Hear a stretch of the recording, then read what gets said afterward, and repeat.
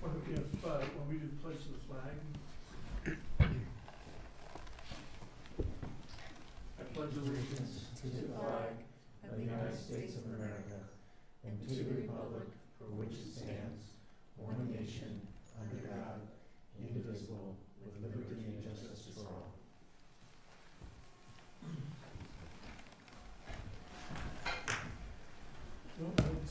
Get the roll call. Committee Member Cummings, not here. Committee Member Davis, Here. Committee Member Iyer, Here. Committee Member Lauder is excused, and Committee Chair McLaughlin, Here. and Council Member Lumpers. Present. Well, thank you. Welcome to everyone. Why don't we get right into public comment? You're welcome to stay for the remainder of the meeting, but we'll start with whatever comments you may have. Okay. If you would just please identify yourself. Sure.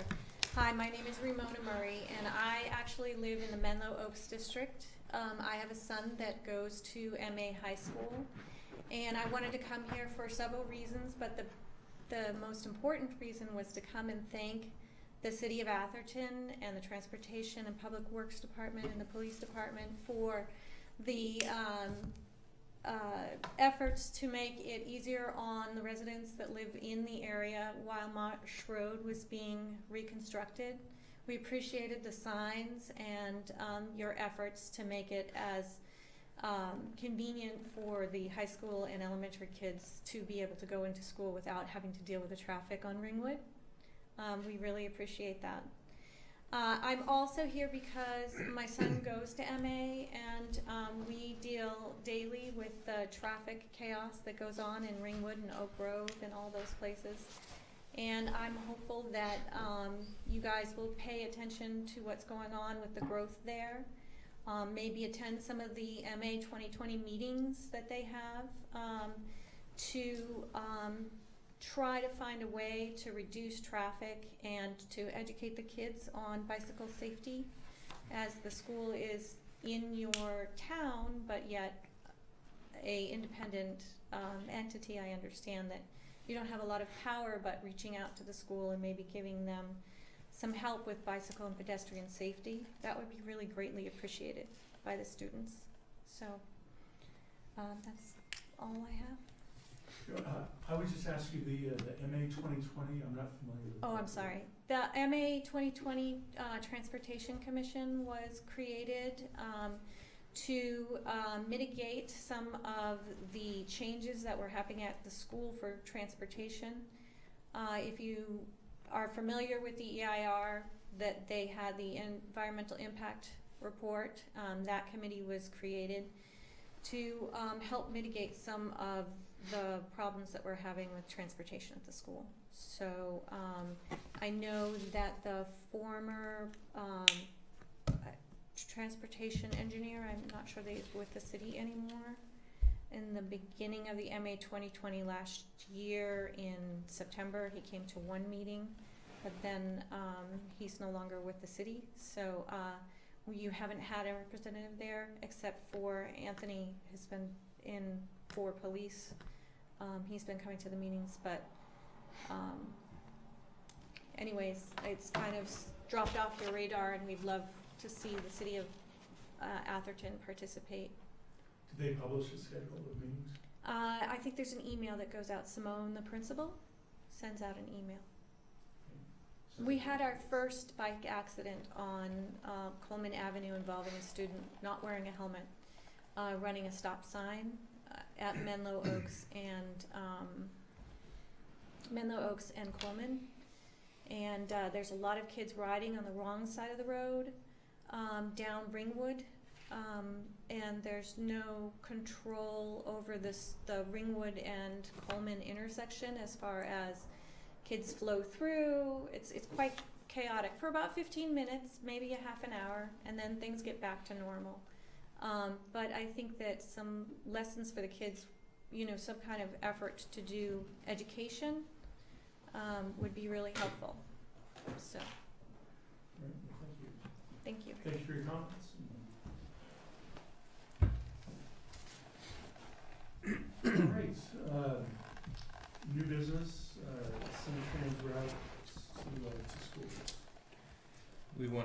minutes from last meeting. Thank you. I had a chance to review the minutes. I don't have any comments, so entertain a motion to adopt them. So, All in favor? Aye. Aye. So meetings are adopted. I'd love to get that calendar, because first I'd heard of it in For the 2020. I'd love to just see it. Tony, it sounds like you're on the mailing. I am on the mailing list for that. Could you forward that? Sure, if I can get the email addresses, I can forward there is no set calendar for meetings, it's just whenever they call a meeting, but we can forward those invitations on to the members of the committee if you'd like. Yeah, that'd be great. Okay. Anthony, do you go to others as well? Other than, are there a bunch of regularly scheduled or infrequently scheduled? No, right, irregularly scheduled meetings? right now, the MA 2020 is really the only group that's going on, and the MA 2020 kind of ties into this next item, which is the Samtrans bus schedules. And what the MA 2020 is it's a committee formed by Menlo Atherton High School. It's got members of Town of Atherton, City of Menlo Park, Samtrans, construction engineers, residents in the neighborhood, and parents of students. And the goal of the MA 2020 is to get 45% of the students either walking, bicycling, carpooling, skateboarding, taking public transportation to work by the year 2020. And they developed this program because they know that they're getting a lot more students and the school is growing, but yet they're impacted with parking. They don't have the parking lots to house all the kids. There's a lot of complaints about kids parking in the neighborhoods. As Ramona said, kids biking, no helmets, running stop signs, going through red lights, etc. So they're trying to make it safe for everybody at the school and really get everybody's cooperation and participation around the school to make it safe for everybody. As part of that, Samtrans is part of the MA 2020 group, and they attend the meetings. And one of the things that Menlo Atherton High School asked Samtrans about was creating a new bus route for the Menlo Atherton High School kids to get them to and from school. There currently is a route that does transport some kids, but they wanted something additional because a lot of times the buses are packed, or they may not have enough service, or maybe the bus doesn't go by their house, so instead of getting on the bus they decide to walk or ride their bike or whatever. One of the issues that Samtrans runs into is equipment and drivers. They either may not have enough buses to add a new route, or they may not have enough drivers available to run the new routes. But at Menlo Atherton's urging this year, they did create a new bus route. It's called the Route 81, and it goes from Clark and Bayshore in East Palo Alto to Menlo Atherton High School. They've got 2 morning trips every day, and they have 1 afternoon trip to get the kids home every day.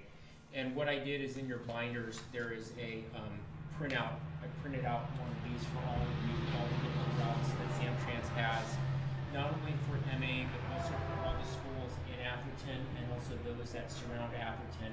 Particularly Woodside High School and Hillview School. There is a route that's listed on here, and it's Route 83 that goes from Bay and Ringwood to Hillview. And while it doesn't travel on any Atherton streets, it does travel down eastbound Valparaiso, which borders our jurisdiction, and it also does cross through the intersection of Glenwood and Laurel. So I kept it on there because it is coming near our town, but it doesn't actually travel on any streets within our town. But this is on this sheet here is all the routes that Samtrans is offering to the kids this year for all their schools. All the other routes are existing routes that have been going on, and the only one that's new is the 81. Does that include your report on That's it for that. Samtrans bus? I don't live far from Selby schools. I was over there today, as a matter of fact, and I saw the Samtrans bus, and it had a out-of-service sign, displayed an out-of-service sign, and then parked there at the school. There's a cutout in front of the school.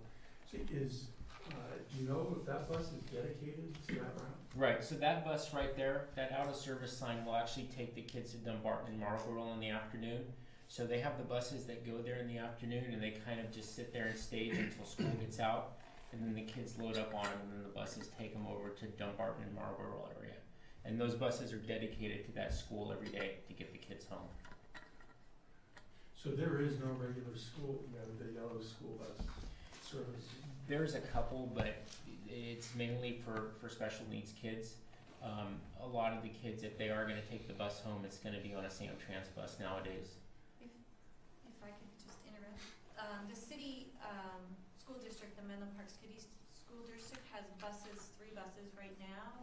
They're running a bus for the Upper Laurel kids. They'll be running a bus between Laurel School and, the Upper Laurel, which is on Elliott and O'Connor. So they have 1 bus there, and then they have a bus that they run for, the elementary school, Ensnell. Yeah, it's two. They have two two yellow buses. One is the disabled bus. So I saw three yellow buses go down Coleman today when I was there. Okay, thank you. Any issues come to your attention with the operation of buses, complaints, citizens complaints? Yeah, we've never, the only issues we may have every now and then is maybe the kids getting a little rowdy on the bus. Sometimes when I was school resource officer years ago, I'd have to go out and get on the bus and just make sure everybody was okay. But, you know, really it is a positive thing to have these buses because it's taken 40, 50, 60 kids, put them on a bus instead of 40 or 50 or 60 other vehicles driving around or bicyclists or, you know, it's getting them off of the streets, getting them on a bus, relieving some congestion, and making sure everybody gets home. I'm curious, is there an age limit? Any student can ride it, yeah. You know, the only real time we do have any sort of issue with the school buses is when we get a last minute dignitary visit and they just happen to come at a time during pickup. But the communication's pretty good and we let them know when they're able to alter their route accordingly, so. Okay, good. Anything else on that issue? Well, thank you very much. You're welcome. Getting into old business, the bike ped master plan. Sure, I just have brief updates on all these old business items, but on the bike ped master plan, one of the things staff is doing now is developing a work program to prioritize the expenditures that's been budgeted as part of the capital improvement program, and that's primarily going to be implementation of the Class 2 bike routes. Also, as part of that, you know, we have this ongoing study of sorts for the intersection of Selby and ECR, taking a look at different intersection improvements to try to improve the safety of that intersection. We had, for that particular project, we had a consultant report done, and then we had a community meeting at Selby School probably back in April timeframe to basically identify, I think we presented 5 different alternatives, and then we asked for feedback from all the participants to kind of narrow down the alternatives, and we got you know, clear vote of kind of the top 2. And then so we took those top 2 and did some additional studies that we knew Caltrans would require from an operational standpoint. Those studies have recently been completed, and I have a report that I'm in the process of reviewing. And then once we review the report, we'll meet again with Caltrans to see if they're kind of satisfied with the results and what feedback we get from Caltrans. And then we plan on having another community meeting at Selby School to see if, you know, based on those results, we can narrow it down to develop a kind of a preferred alternative. Do you have a projected time frame for that one? No. Before the end of the year? Oh yeah, it'll definitely be before the end of the year. Yes, yeah. The next one is the pedestrian hybrid beacon. This is you know, the new signal at Almond Draw.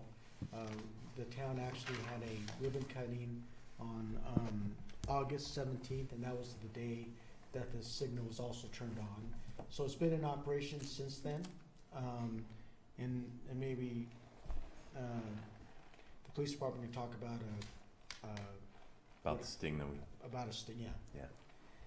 yeah. Oh, sure. Yeah, we're gonna do that in the Oh, okay. in the traffic and reports, but we can do it now. So we did have a pedestrian sting at the new traffic light El Camino in Almond Draw a couple of Fridays ago, and it was our personnel, and we also had an officer from Burlingame PD come down on his motorcycle to assist us. And we worked the intersection from the traffic light from about 7 a.m. till right around 9 a.m. Yeah. And I think we issued 5 or 6 citations and some warning sights for people that weren't stopping at the traffic light. And we had one of our sergeants acting as a pedestrian crossing back and forth across El Camino for the sting. What was the experience when they spoke to the drivers? Did they not recognize it, or did A lot of them told the officers they were just unaware of what they were supposed to do. I just say I've been watching for it. I have not seen it in operation since it, so it's not used very. My experience is it's not used very frequently. So I'll be curious to see the traffic reaction to it. And you're right, and that was one of the reasons that we chose to do this, was because we knew without a lot of foot traffic, we're never going to figure out what the driver reaction was going to be. So probably the biggest thing that we noticed was when you get the flashing red light, motorists were a little hesitant to go, especially because there's cops sitting right there watching their every move, so we're waiting for them to do something. And there were people in the traffic that was backed up that knew what was supposed to happen, because you could hear them honking their horns. And after a while, people would start to get it, but it was just one of those things where it's new. People aren't sure. You have the police department sitting right there watching. People didn't want to make many mistakes, and we knew that would happen, which is why we chose to predominantly write warning citations, because we wanted it to be an educational experience, being that it was new. I've had 3 different friends in town all of a sudden to me and said, "What is this thing? I don't get it. I don't know what I'm supposed to do." And so they're like, "It's flashing red. Am I supposed to just stay and stop? Do I wait, or do I go?" And so it's definitely confusing to people. It's not something they've ever seen around here. They go, it's like, it feels like when the light's broken, which is we stop and go, which is I think the intent, right? But Yeah, exactly. Flashing red, treat it like a stop sign. Caltrans is planning how many more on ECR? Caltrans, yes. I mean, this is a new device for the peninsula. In fact, it's the first one here on the peninsula. But Caltrans has a project which they opened bids back in the end of June. I'm not sure if they've actually awarded the bids yet, but where they're going to be installing 17 more of these hybrid pedestrian beacons in El Camino Real within San Mateo County. 2 of these additional 17 are going to be here within the town of Atherton. One's going to be at Alejandra, and the other one's going to be at Isabella. And again, we have not heard. Last time I checked with Caltrans, I knew that they received bids, but we have not heard of when they're actually going to start construction on both those signals. But we did get a commitment from them that that the 2 in Atherton would be the first that would be constructed as part of their larger project. So going back to the sting for a minute, I've actually crossed in that crosswalk. I'm astonished that you wrote as few number of tickets and warnings as you did. I don't know if the officers only crossed once or what, but I can't remember if you were there or not. We walked across as a group, and there were people, zipping by, not even aware of what was happening. There were only a total of like 10 written anythings, right? There were 5 warnings and 5 tickets or something to that effect, right? Yeah. How many times, that just feels so low to me, given that these mics, I crossed it twice, and each time, it's been a little uncomfortable. Yeah. I think because it's new. Do you get 1 or 2 lane stops that will stop and then? Well, the nice thing is that if you're a pedestrian, because I was out there standing next to Sergeant Mills as he was doing this, when you press that button, if there's one thing that works really good on there, it's the fact that the pedestrian, like all the cars are going to be stopped by the time you go through there, because there's really a delay in notification. And one thing that we found, and Mike, I don't know if this was part of the engineering or not, but there's a sensor up there, and it seemed that when the traffic flow was very high, that it would take a while. It would let those cars bleed through, and then it would start the process of the blinking lights and the slowing down and ultimately the stopping at which point it would let you go by. And when there was less traffic, it would do it right away. It would stop right away. There is sensors, it's linked, there's detectors on El Camino Real. So if there is a heavy flow of traffic, if a pedestrian, when they hit the button, if there is a heavy flow of traffic, the detectors will detect it, and it will not activate that signal yet. So it'll wait for that flow of traffic. But again, it's something that although it's new, from the signal is new. However, the operation is the same as any other traffic signal. It begins with a flashing yellow, and it goes to an all red, a solid red. At that point, all cars are supposed to stop. And then it goes from a solid red to a flashing red. Yeah, that's what seems to confuse And people. well, and again, per the vehicle code, then people should know that you treat it like a stop sign, and if it's clear, meaning that if the pedestrians have already passed and now are on, the other part of the crosswalk, then it is legal for cars to proceed through the intersection. This is a dumb question, so I always thought when a pedestrian was in a crosswalk, as a technical matter, you had to wait until they are actually out of the street. Is that not the case? Till it's safe. Is that what it is? Okay. You can't interfere with the movement. Right. Well, I knew that, but I thought it was much more than that. They had to stop until they'd crossed and were completely out, but you're saying no, as long as they're out of your way and, Yeah, until it's safe. And to answer your question, all the lanes were stopped. We didn't see any of that. And maybe it was a year or two ago, Anthony was the person walking through the crosswalk when we didn't have the hybrid beacon.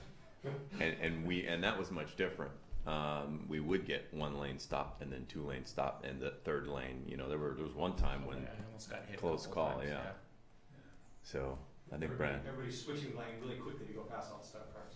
yes. So is it, Mike, is the timing of it, so relative to this, like, red to flashing red, is it like, here's the average amount of time we think a pedestrian can take to walk 6 lanes? Yes. And then it starts flashing? Is that Yes, and in fact, for the pedestrian, there's pedestrian heads, and it starts counting down. So the pedestrian knows, how many how many more seconds they have to get across the street. But it's plenty of time. It's plenty of time. it works well. I mean, if you guys are in the mood, I'll just have to, try it. maybe on the way home. It actually does, it does work well. It's still a little daunting, but it's way, way, way better than it was as far as crossing the street. And then also that signal is equipped with preemption for the fire department, which they can activate from their truck. And one of the things that, if you do see that, what may seem weird is that if it's activated by the signal, the lights will go through the sequencing, it'll turn red so that the fire truck can safely get onto El Camino Real. But it doesn't provide the walk for the pedestrian. So it does know, so the controller is programmed so that it does know the difference between when a pedestrian pushes a button versus when that signal is activated by the fire department. That's because there's a fire station out under that they're coming out, is that why? Yes. So the big picture, it's 1.6 miles, is that right, between of El Camino Real and Atherton, Yes. with one light at Atherton Avenue? Is that? Yes. Yeah, so hopefully in 6 months or so, there'll be 3, there's now 2 potential lights, right? Correct. Beacon, whatever you want to call it, beacon, potential lights. Hopefully there'll be 2 more, and my hope at least is people won't be going 60 miles an hour through there if they got the potential of 4 places where they might hit a light of some sort. I hope. I'm sure there'll be a learning curve, as with any new signal, there seems to be. I was contend that once they get through the congestion of Menlo Park, it was so frustrating with the gas. So they can rush the congestion, or it's, Thank you. Next item is on the neighborhood traffic management program. That is the policy that, was reviewed by this committee several times. Went to the city council in July, the city council approved of it. One of the comments we got both from this committee and from the city council is that, boy, this is a pretty thick document. Is there any way to simplify it? And so after council adopted, the policy, staff did create a more simplified document. We called it kind of the getting started packet. We've condensed the material in a couple pages. And so what we're in the process of doing now is actually preparing information that we can put on the town's website, basically the Neighborhood Traffic Management Program webpage, along with links to both the full policy as well as the Getting Started packet. And then we also plan on doing a community workshop probably in the October time frame to basically provide an evening for interested residents to come, and we'll go through kind of how to get started, what this means, what the process is for any streets that may be interested in going into the program. Will that go out on the town alert if you're signed up for the? Yes, that way, I'm sure that way, and then also we'll, like all our meetings, we'll create postcards and send it out to all of the residents. When's the meeting gonna be? We haven't scheduled it yet, but we've kind of targeted, the October. We wanted school to get back into session and, everyone to finish all their vacations, and then we thought October would be a good month. This could spend a lot of time with that document, so you might be of interest to you. Yeah, that's right.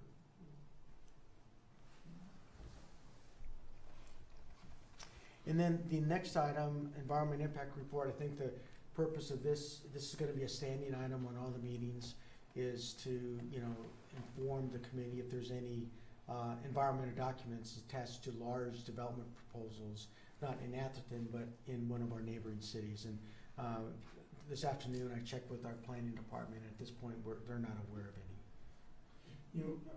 I was just commenting, I reviewed your response to Menlo Park on the Facebook EIR. First of all, compliments. That was a really well done, comprehensive review of the EIR. I was just curious if you received a response from Menlo Park. No, and on something like that, I wouldn't expect a response. Where we would see the response is in the final, right? Because in the final, they're supposed to address all comments they received, and so once the final comes out, then we'll take a look at it to see how they responded to our comments. For what it's worth, on this agenda item, I would like to, if we can, read it a little more broadly, because it'd be nice to know about major development initiatives that are being undertaken by either side of us, whether or not they're at the status where it's up for us in the environment impact report. If there's a plan for a new 500,000 square foot development on the edges of Atherton, it'd be nice to know now, even if it hasn't reached the point where they're getting ready to file the out or anything else. And then I would also sort of segue and say, I understand that tonight the Green Mark project is actually under consideration by the Menlo Park City Council. So I think to the extent we got a response to that comment we made, we'll find out tonight, but my sense is the response is thank you very much. Yeah. And to that, I'll check with planning to see how we would even find out about that, because typically that's how cities find out about other developments in the area, is through that environmental notice. Yeah, but it's kind of late in the process.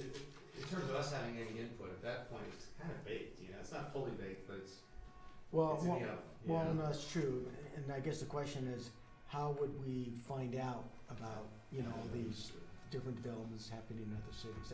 But I'll check with planning. And I know George meets on a regular basis, I think. He's trying to, with the Menlo Park and other city managers, to talk about this kind of stuff. It's one of the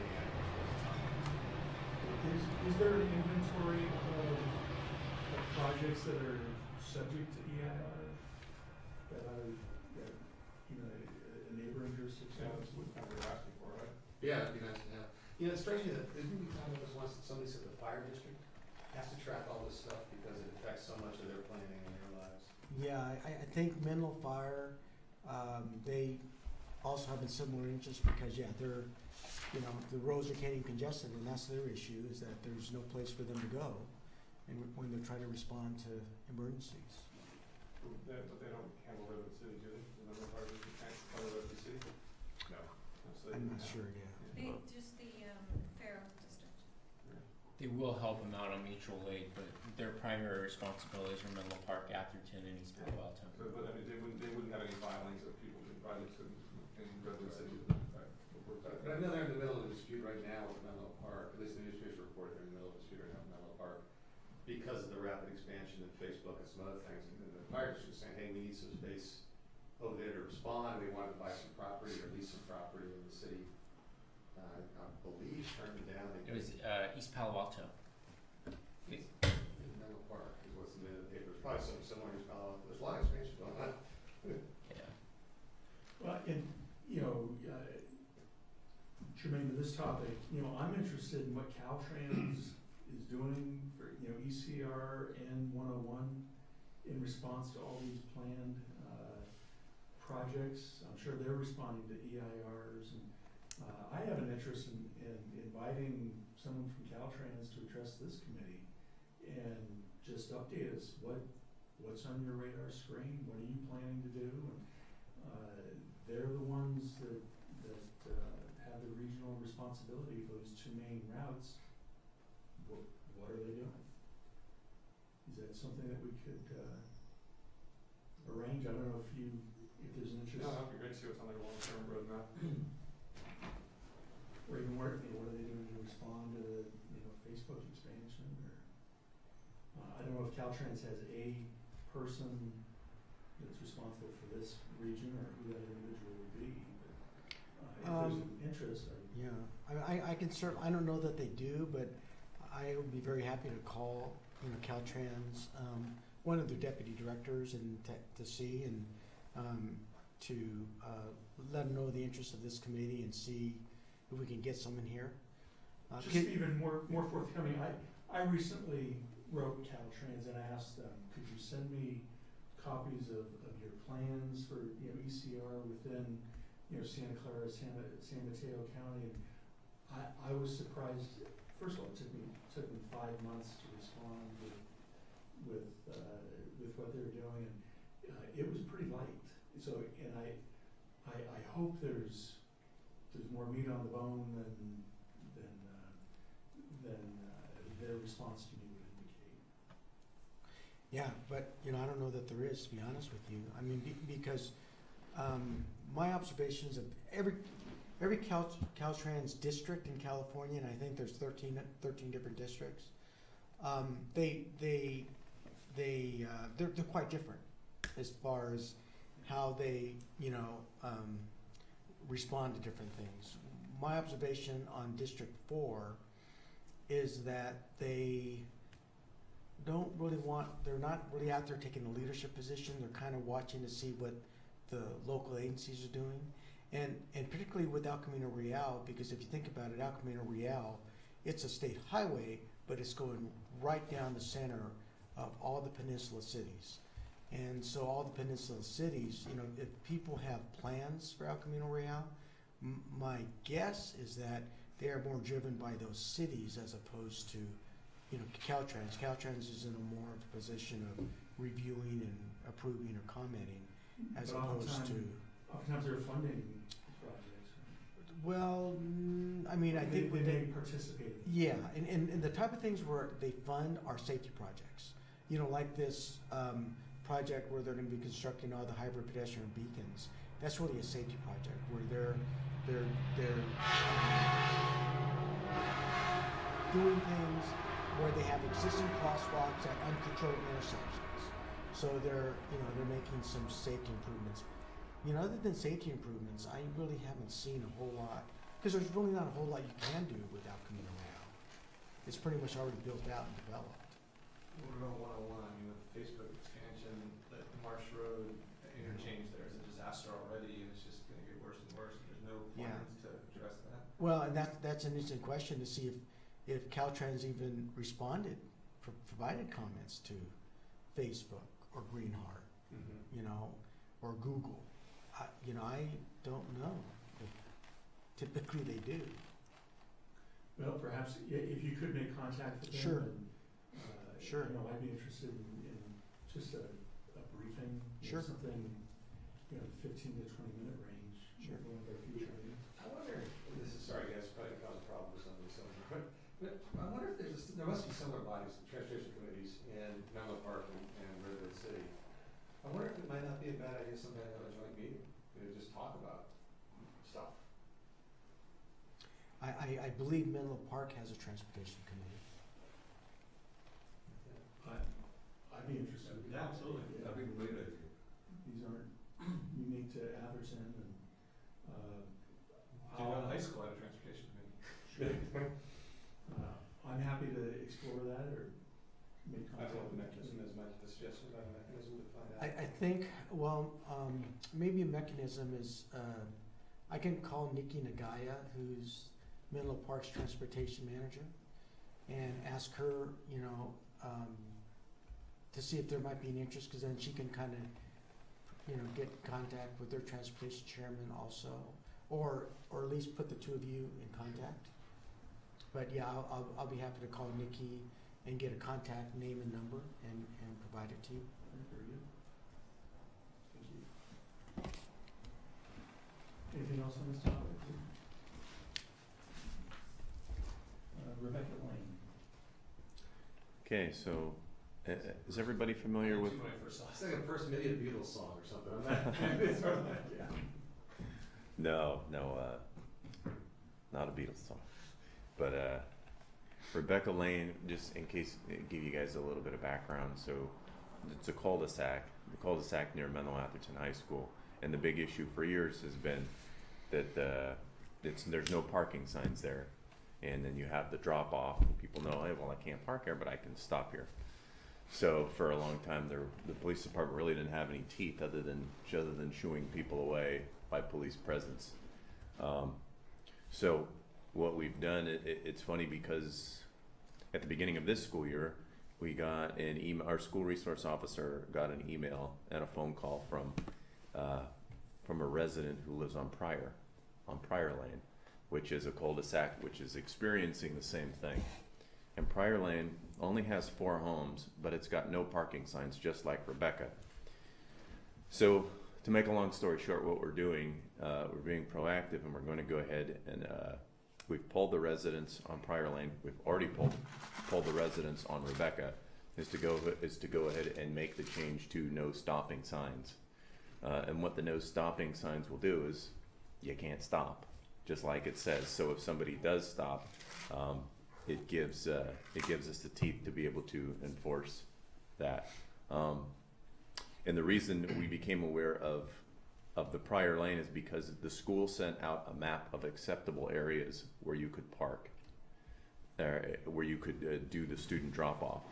And when the residents saw it, the Pryor Lane was on there, gave us a call, and that prompted this. And the other place that we're looking to change the signs is also on Oak Grove Avenue, near the high school, which also experiences the same thing. So you've got 3 cul-de-sacs, different locations, but they all have the same problem.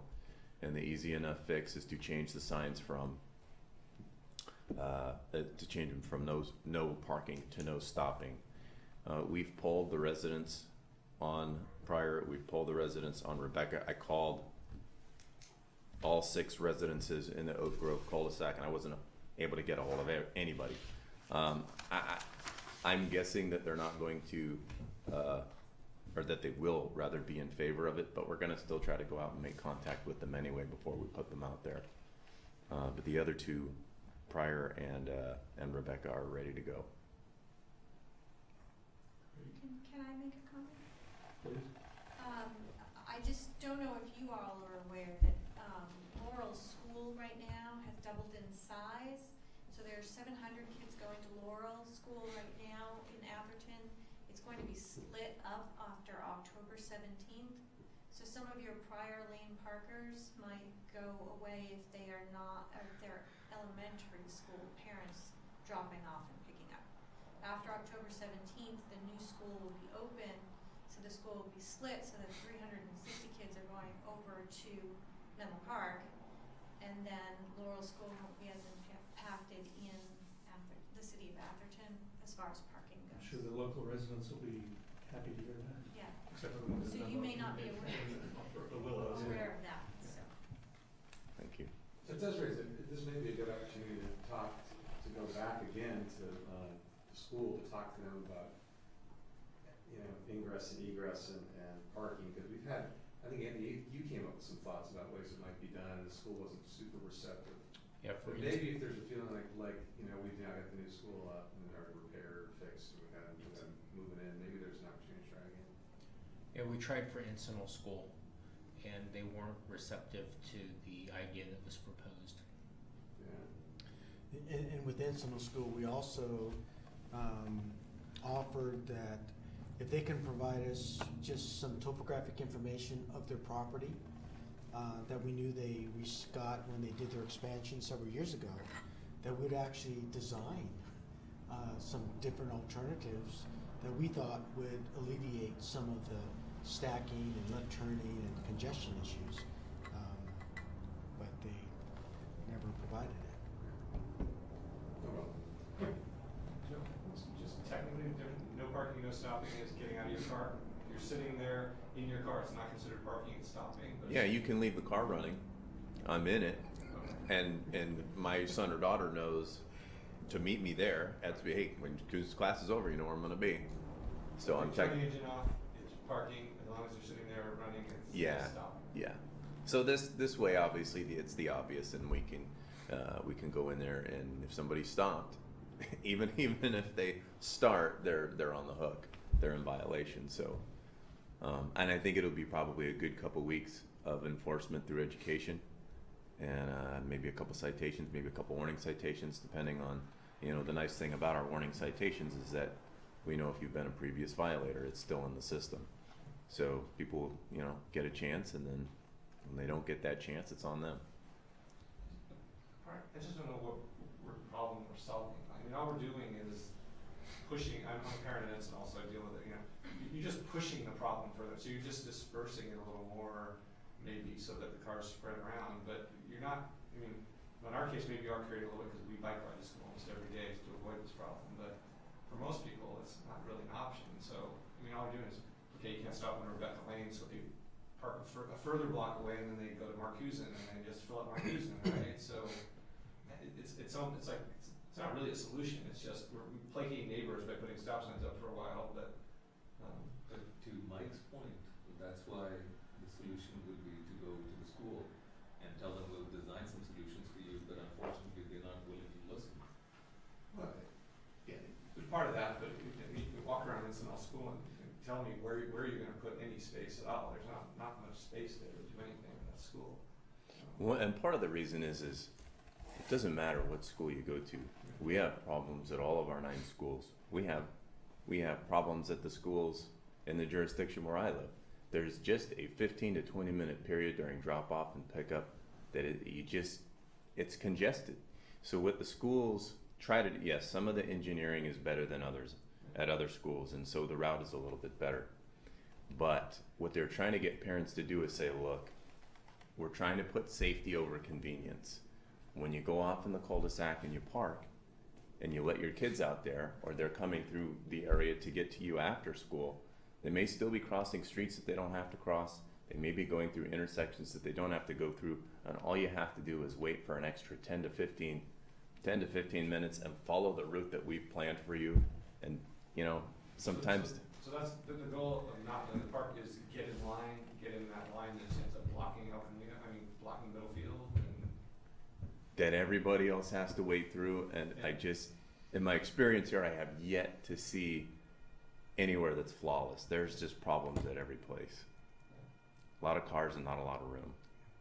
Yeah, it's also one of the worst. No, because that's not, what are you going to do? You're going to back up people on the middle field, or you completely block Encinal Avenue, which people use as a cut through to get downtown in the morning. So it's not, you just, yeah. And it's also, one last thing is, we do try to listen to, and I get it, because you don't always want to kowtow to the one complaint that comes in. But if you look at the homes that are there, and you look at the congestion that it creates when you're trying to come out of your home, there was a gentleman on Prior Lane that told me about this very issue of vehicles being parked, and I went out there and spoke to him about it. And in my mind, thinking, well, you know what, how bad can it be? And when you're there and you actually see the problem, and when I came out, I couldn't see anything, and it was a definite hazard. And so we had to move those things back. And when you allow people to go in, and you have a bunch of people going down these small cul-de-sacs, and then trying to make U-turns and who gets there first, it does create issues. So I understand what you're saying. No, I like Felton Gable is a classic example. You can't get anywhere near the school, so then they just and then so I'm guessing the progression was people first parked at Felton Gables right away from Encinal, and then they said, well, those neighbors right there complain a lot, so now they moved it back, so Right. it ended up being a block into Felton Gables, and we just kind of keep kicking the can down the road a little bit. And, Sure. So this is not, it's not an issue we can solve, the school solve, but I don't actually know what it is. I mean, when you're surrounded by property that's $6 million an acre, it's not like you're going to buy space and build a big parking lot or anything. So I appreciate, that's what I was trying to get to, was trying to understand, not having people on that lane is to try to get them to follow the pattern, the pickup pattern. Well, and the last piece of the puzzle is also really the school playing along as well and trying to listen to the engineers, because that's what they do, and getting the best possible plan that they can. But it's very challenging. It's not unique to Atherton. It's everywhere, because schools were not designed to accommodate the amount of traffic. Because the reality is, parents don't want their kids to walk to school anymore, and it's also a challenge sometimes. I don't think this is the case in Encinal, but one obvious thing is that a lot of we've suggested to a lot of places is to stagger your start times, so that because that is then you're kind of controlling the volume of traffic coming in. I think in Encinal they did do that, but some school districts they won't do that because it's a union issue with their teachers. So it's very challenging. There is no solutions, but every year in all these communities, the engineers and the police department is always out there trying to see how to make it better, because the biggest concern is safety. Because you see some crazy stuff happening out there. Yeah, well, if you like, it doesn't matter drop off, pickup's crazy, because basically the kids line up on the sidewalk, and then the parents are waiting in line, and they drive up and they go, well, the Wilson kid, and they yell for the Wilson kid, and they come up there, and people are waiting, whereas if they had some way that you're actually queued off, and when your kid's there, you actually come and get them, and figure out that maybe a technology So solution. there's cell phone lots at the airport. Kind of. I always say that tongue in cheek, but no, Yeah, and Encinal, like 8 o'clock in the morning is just terribly backed up. I mean, they don't let you even go past them. They just block the entire street. The Right. parents that are coming there to drop the kids off. I did notice in front of Selby School today, there were 2 teachers on the street trying, avoiding those things, which. On the street? Yeah, I was surprised.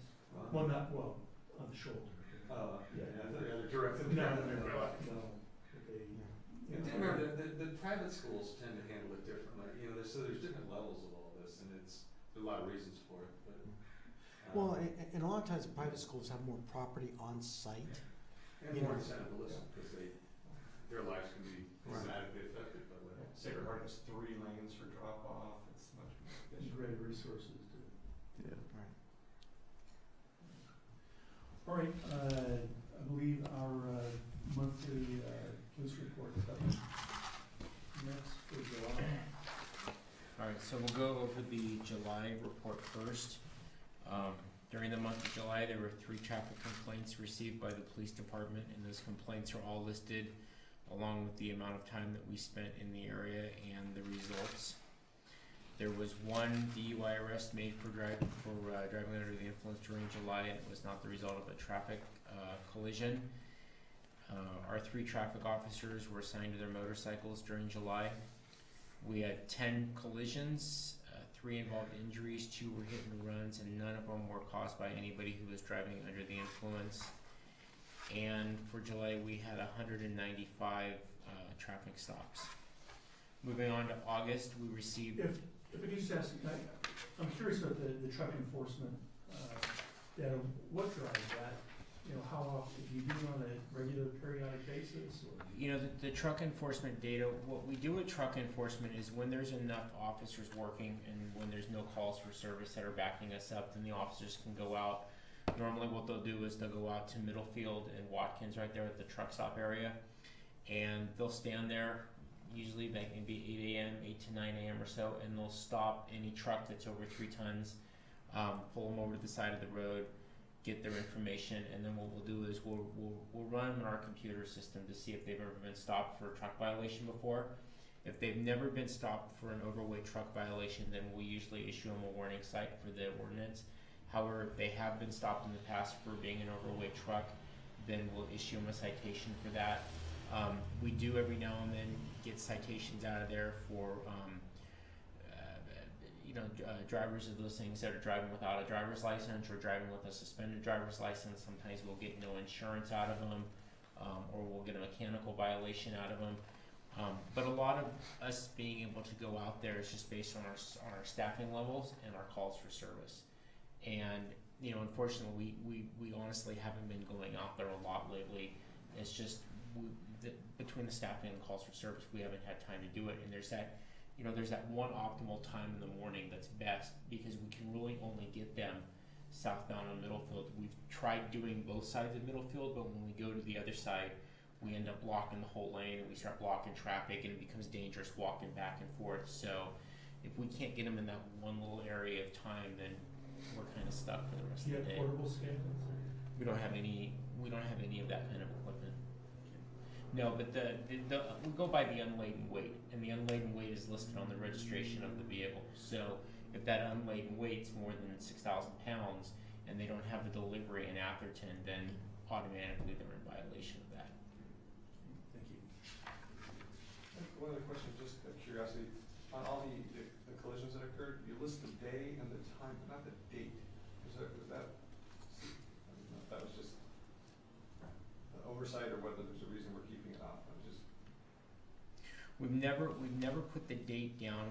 In fact, we never before even put the day or the time. The day and the time was the day, the time, the reason for the collision, and the type of collision was added several months ago at the request of the Transportation Committee. Before that, we just put the locations down of the collisions and whether it was an injury collision or a hit and run. It was more curiosity than anything. And typically reported, aren't they, by day of the week, so you can see, is it a work day, is it a weekend? Correct. Correct. Okay, moving on to August. In the month of August, we had 6 traffic complaints, and actually 4 of the traffic complaints were directly related to the construction on Marsh Road, the speeding cars on Holbrook, speeding cars on Palmer, and also vehicles speeding down the closed portion of Marsh towards the end of the construction project. And then 2 more complaints in Lindenwood. Made 2 arrests for driving under the influence during August. None were the result of a traffic collision. Our traffic officers were again on their motorcycles. We had 9 collisions, 4 involved injuries, 2 were hit and runs, and none was caused by anybody driving under the influence. And we had 284 traffic stops in August. So one question, the violations are fairly consistent, except 2 parking violations in July and 28 in August. Mm-hmm. Is that a staffing issue? No, I think it was the horse show. Yeah, that's the horse show. Okay. That's the horse show. What happened at Old Farm Park? I'm just looking at the August report. It says the property is 150 Watkins Avenue, Old Farm Park, Saturday, 10th of the name, unsafe speed. That was a driver who was driving through the park, and instead of paying attention to what she was doing, she looked down at her cell phone or looked away for a minute and hit the gas, drove over the curb at the park and got her vehicle high-sided on the curb. So they had to have a tow truck go in there and pull her vehicle off of the curb so she could drive it again.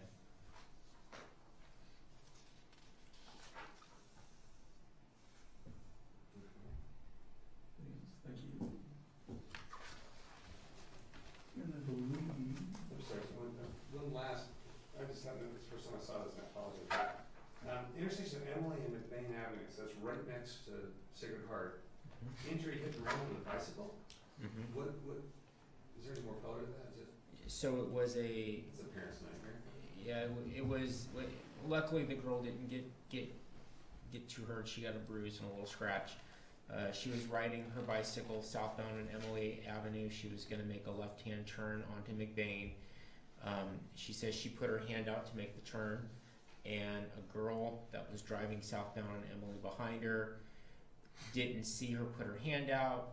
The driver was going to kind of go to the left of the girl to try to pass her, and as soon as the driver kind of went to the left to pass her, the girl started to make the left-hand turn. They hit. It technically was a hit and run, although the driver, it was technically a hit and run because the driver didn't provide like her contact information to the girl, but the driver did get out of the car, did offer medical assistance to the girl, offered her several times. That was confirmed by both the statement of the driver, the statement of the witness, and the statement of the girl. So technically it's a hit and run. We later located the driver, and our officer did a great job with that report, getting all her information and getting the statements locked down and everything. Surprised at the number, how many of the colors of hit and runs. That's pretty typical. We actually have had several hit and runs. A lot of them, my opinion, is probably caused by people who don't have driver's licenses, or maybe people who don't have insurance, or maybe something else, and they're afraid of getting talked to by the police, so they just don't stick around, they just take off.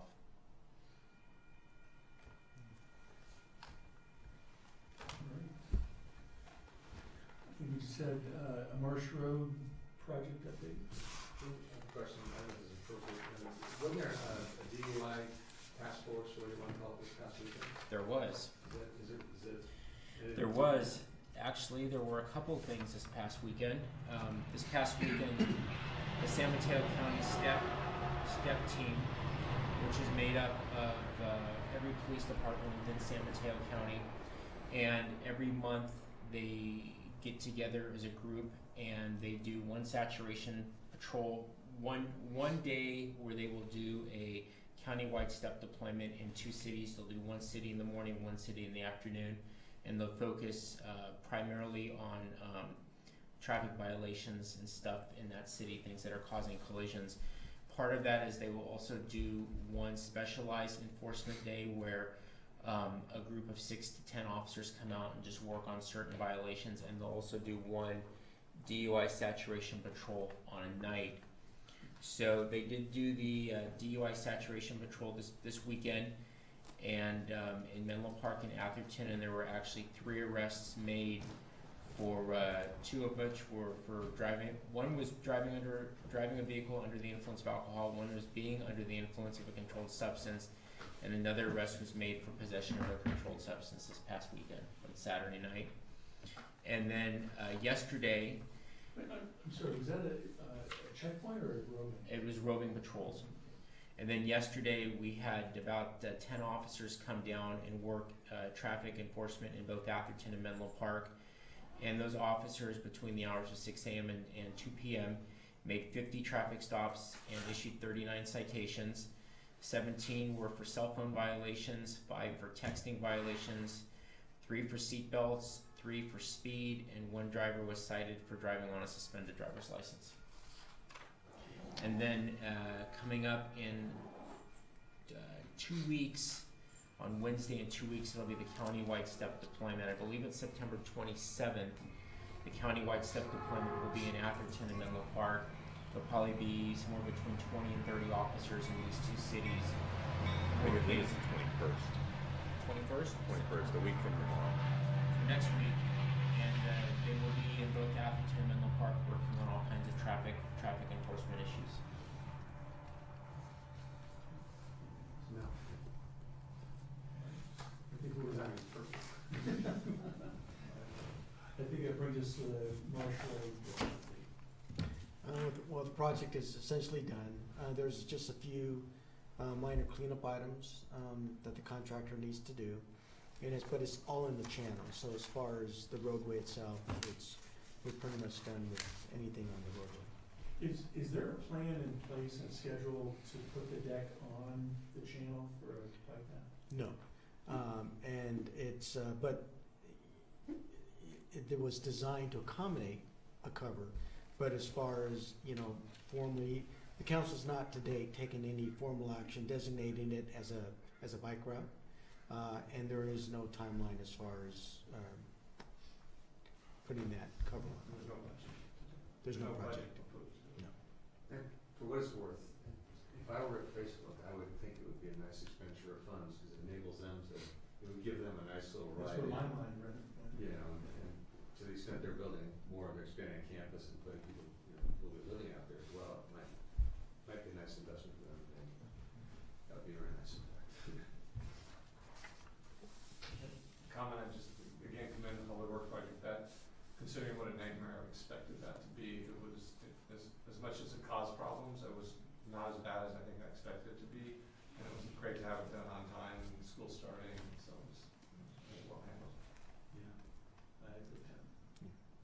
amount of signage was amazing.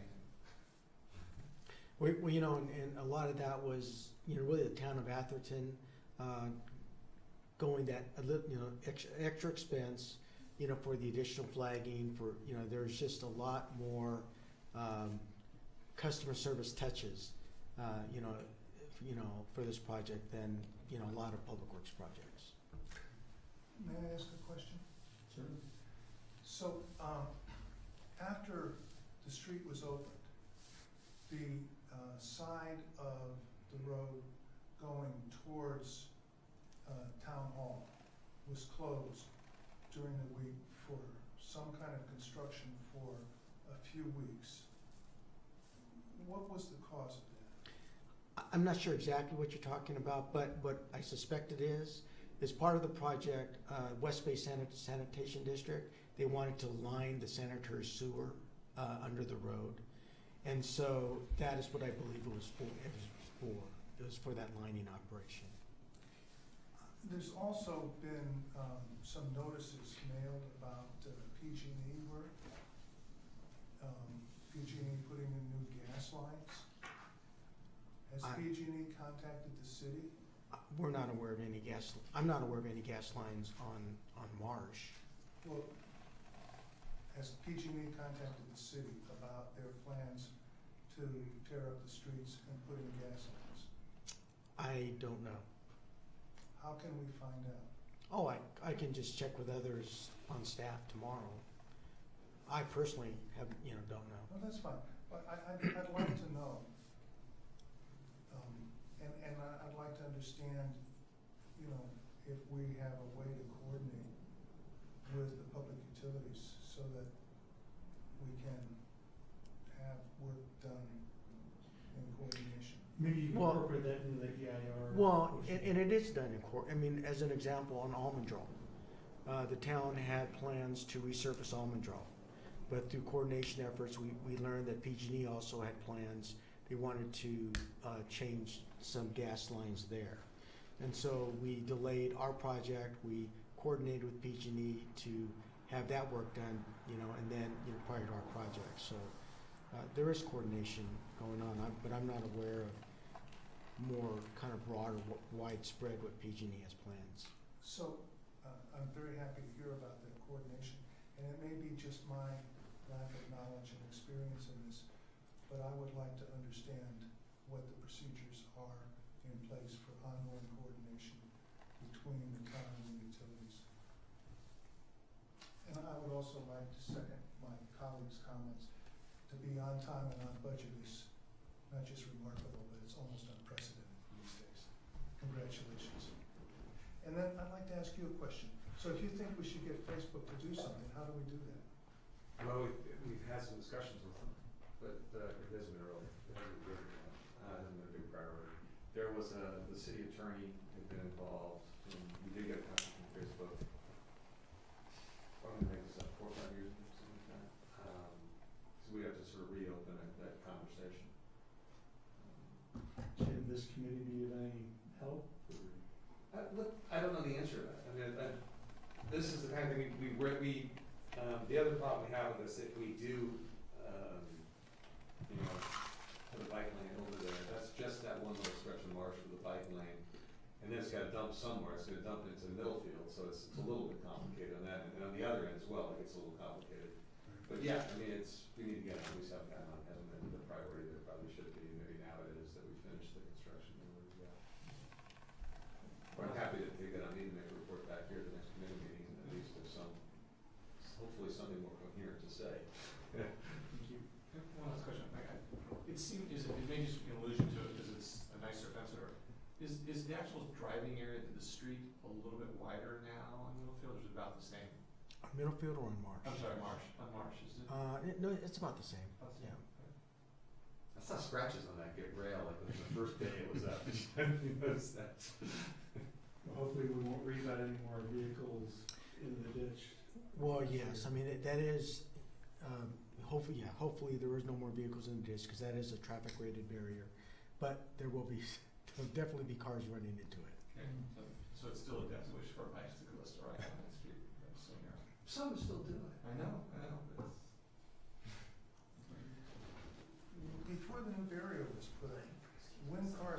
over into the ditch, did they actually add to the damage to the ditch? No, I mean, there was prior to that, there was a chain link fence, but. Yeah, but I mean, I other than that- saw cars actually with, all the way in with their tails sticking out, and I just wondered if that caused No. damage to the, No, not the type of damage that would have led to the need to repair, but, so. Well, I think that brings us to the end of our agenda. Can I ask a question? Yes, ma'am. I had a question to the Public Works Director about the availability of the data that you collected before the Marsh Road project, about the traffic flow, and whether or not you also have the data available for public consumption of the pedestrian walking. We saw some cameras up on the areas around the school, like the counting cameras on Encinal and on Oak Grove and Middlefield, and there was a camera up at Ringwood and Coleman. And when I was speaking to the gentleman who was in charge of, I went to one of the meetings that you had for the Marsh Road project for the closure, and the gentleman who was helping you guys with the project said that you guys had done some road counting in the area prior to the, and then maybe also afterwards. Is that data available to the school as far as counting students and Well, traffic? the traffic data is absolutely available. Okay. And what we did was we did extensive traffic counts of any streets that we believe were going to be impacted by detouring traffic prior to the closure. And that included all of the emergency response routes, because that was one of the specific requests from Menlo Fire. And then about 2 weeks after the closure, we counted at the exact same spots, so we can determine, okay, so now after the closure, where are these cars actually going? So that, you know, if any modifications to the detours had to be made, they were going to be made based on this data as opposed to anecdotal information that we hear from people about how horrible it is. And so, but that information is available, and we actually posted the before and after, and the information is on the town's website. And I think if it should be under the Marsh Road project link of the town website is probably where you will find it.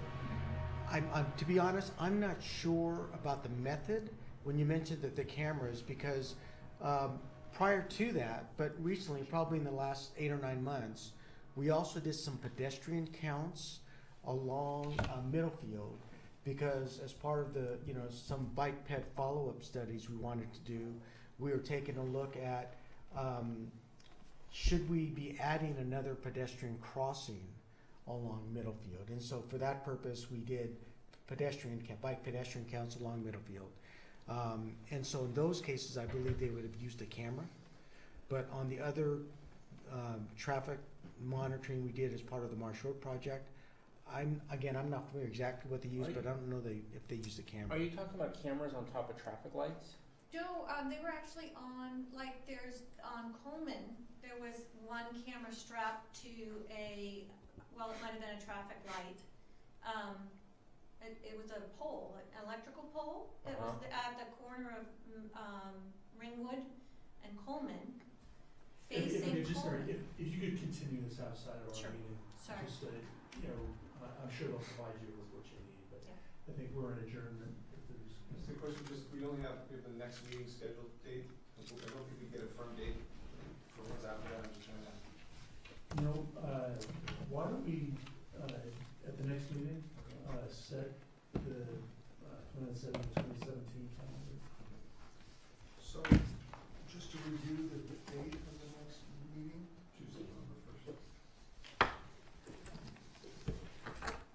So there's plenty of candy anyway. That's right.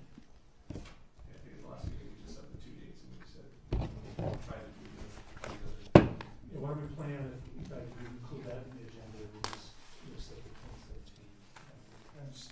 greater than 6